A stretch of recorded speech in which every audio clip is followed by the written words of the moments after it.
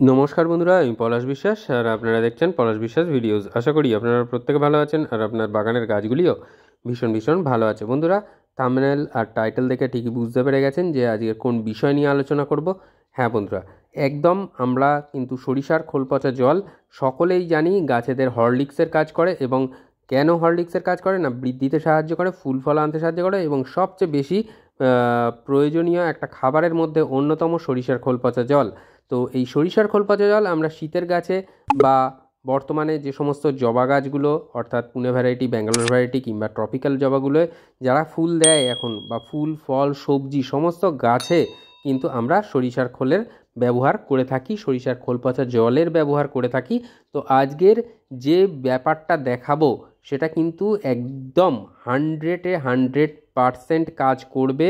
সরিষার খোলের সাথে যদি চা পাতা এইভাবে মিশিয়ে দেন এবং যেভাবে চা পাতাটাকে মেশাতে বলবো সেই পরিমাণ একটা কিন্তু ব্যাপার, যাতে করে আমরা সকলেই জানি যে ভীষণ ভালো রেজাল্ট যেমন আমরা সরিষার খোল থেকে পাই তেমন কিন্তু চা পাতা থেকেও পাই।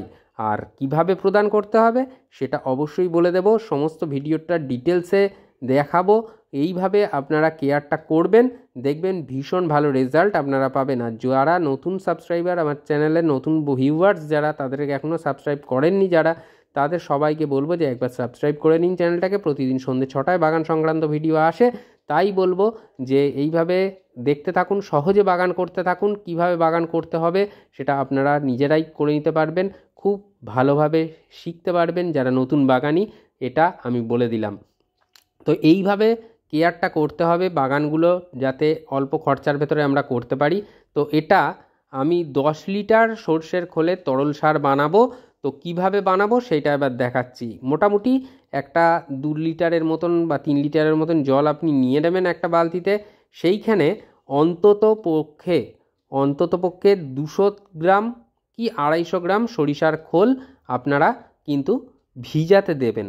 অর্থাৎ ওই জলটার মধ্যে ভিজিয়ে রাখবেন বা ভিজাতে দিতে হবে। যেটা আপনাদেরকে বলছি যে অন্তত এটা থেকে 10 লিটার আপনারা তরল সরিষার খোল চা পাতা সার তৈরি করতে পারবেন।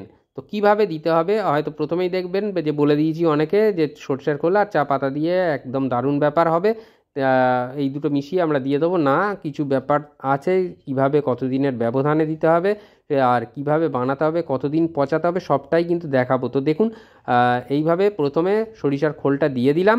দিয়ে দেওয়ার পরে আমরা কিন্তু এটাকে ভালো করে ঘাঁটিয়ে দেব বা নাড়িয়ে রাখবো।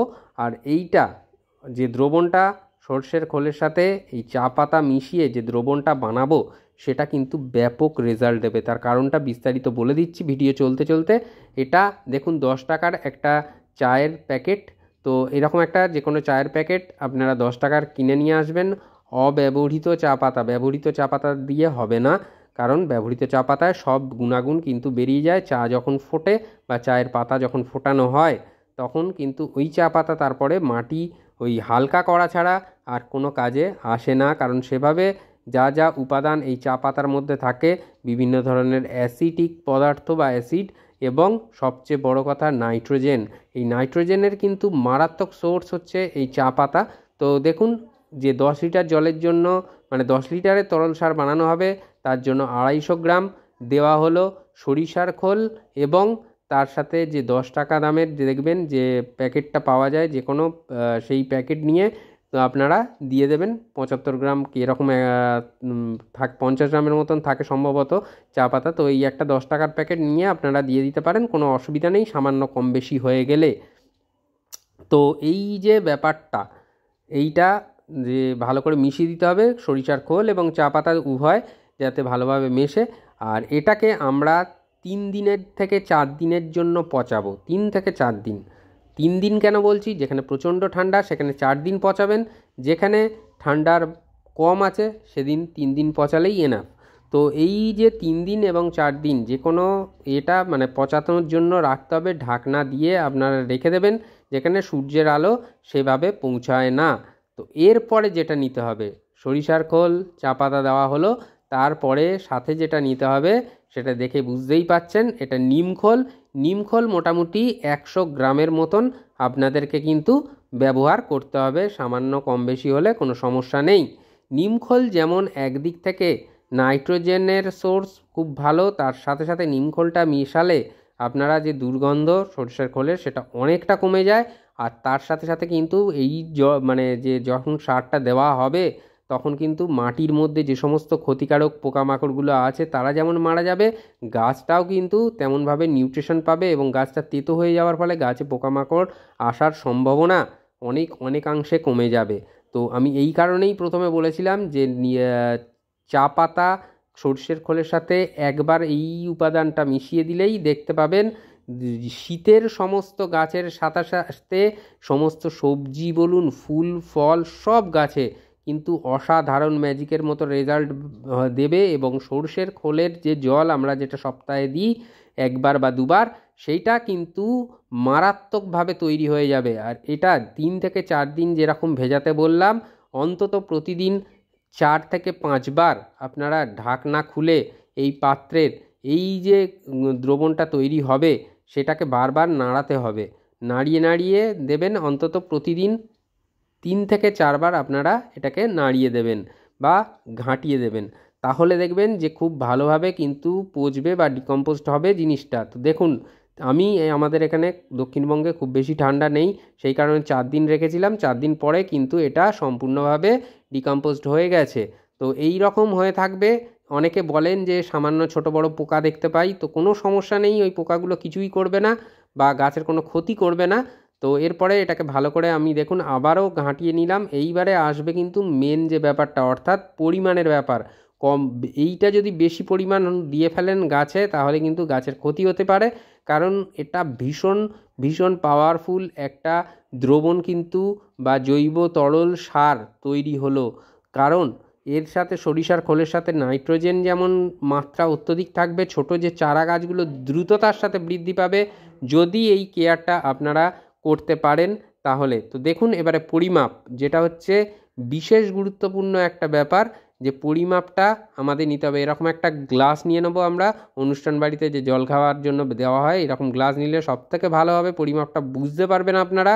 এইভাবে মেপে দিলে গাছে কিন্তু কোনো ক্ষতি হয় না, এবং যে তরল সার যেটা তৈরি করা হলো সেটাও কিন্তু সঠিক পরিমাপে আপনারা প্রদান করতে পারবেন। তো দেখুন 1 গ্লাস ওই যে তরল যে ঘোলটা বা তরল সারটা যেটা নেওয়া হলো সেইটার সাথে 1 গ্লাস নেওয়ার পরে আমরা কিন্তু আরও 3 গ্লাস সাধারণ জল মিশিয়ে নেব। তার কারণটা অতিরিক্ত জল যাতে মানে অতিরিক্ত তরল সারটা যাতে ঝাঁঝালো না হয়ে যায় এবং যাতে অত্যধিক পরিমাত্রায় মানে পরিমাপে যাতে না হচ্ছে গাছের উপরে পড়ে বা গাছের মধ্যে যাতে ক্ষতি না সৃষ্টি হয়, সেই কারণে এইভাবে আমরা কিন্তু এই তরল সারটাকে বানিয়ে নেব বা পচিয়ে নিতে পারবো। তো এবারে ভালো করে ঘাঁটিয়ে নিলাম দেখলেন সাধারণ জলের সাথে মিশিয়ে। এরপরে আমরা এই গ্লাসে ঢেলে মেপে মেপে আমরা কিন্তু এই তরল সারটা গাছে প্রদান করব। আর এটা দিলে দেখবেন আপনার গাছের রেজাল্ট বা গাছের চেহারা 1 সপ্তাহের মধ্যে বদলে গেছে কীরকমভাবে। তো এটা কিন্তু ভীষণ ভালো রেজাল্ট আপনাদেরকে উপহার দেবে। শীতের গাছ বা আপনারা যে সমস্ত জবা গাছ বলুন বা যে কোনো গাছে আপনারা দিতে পারেন, ক্যাকটাস স্যাকুল্যান্ট বাদ দিয়ে। দেখুন 4 ইঞ্চি টবে আমার এই ছোট্ট ছোট্ট চারাগুলো থামপটে কিনে আনা, সেইগুলোতে আজকের কিন্তু যথেষ্ট বড় হয়ে গেছে গাছগুলো। তো এই উপাদানটা আমি একবার দিয়েছিলাম, তারপরে আবারও দিচ্ছি। তো মোটামুটি দেখতে পাচ্ছেন যে কীরকম পরিমাপে বা পরিমাণে দেওয়া হচ্ছে। এরকম একটা গ্লাসে 4 ইঞ্চি 3টে টব আপনারা কিন্তু দিতে পারবেন। তাহলে বন্ধুরা এটা কতদিনের ব্যবধানে দেওয়া হবে এবার বলে দিই। এটা কিন্তু আপনারা সপ্তাহে একবারের বেশি ব্যবহার করবেন না, প্রতি সপ্তাহে একবার করে এইভাবে ব্যবহার করুন। সর্ষের খোল শুধু ভিজিয়ে যদি দেন সপ্তাহে 2বার আরামসে ব্যবহার করা যায়, কিন্তু সপ্তাহে এই রকমভাবে দিলে সপ্তাহে একবারের বেশি গাছে দেবেন না, কারণ ভীষণ পাওয়ারফুল এই তরল সার। তো এটা দেখুন 8 ইঞ্চি একটা টব, সেই টবেতে কিন্তু আমি প্রায় 1 গ্লাসের কাছাকাছি কিন্তু দিয়ে দিয়েছি। তো এইভাবে মোটামুটি দিতে হবে এবং খুব কম বেশি হলে, সামান্য কম বেশি হলে কোনো সমস্যা নেই। তো এইভাবে প্রত্যেকটা গাছে দিলে আপনার শীতের বাগান কিন্তু ফুলে ফলে সবজিতে ভরে থাকবে যদি এইভাবে আপনারা তরল সারটা প্রদান করেন। তো আজকের মতো বন্ধুরা এ পর্যন্তই। আবার আসছি আগামীকাল ঠিক সন্ধ্যে 6টায়। ততক্ষণ সকলে সুস্থ থাকুন, ভালো থাকুন, প্রচুর গাছ লাগানোর পাশাপাশি অবশ্যই দেখতে থাকুন পলাশ বিশ্বাস ভিডিওস। মন থাক চিরসবুজ, পৃথিবী হোক সবুজময়। আর হ্যাঁ, যদি কোনো ধরনের প্রশ্ন থাকে অবশ্যই কমেন্ট বক্সে প্রশ্ন করবেন, আমি সবার প্রশ্নের উত্তর দিয়ে থাকি। তো আজকের মতো এ পর্যন্তই, আবার আসছি আগামীকাল সন্ধ্যে 6টায়। নমস্কার বন্ধুরা।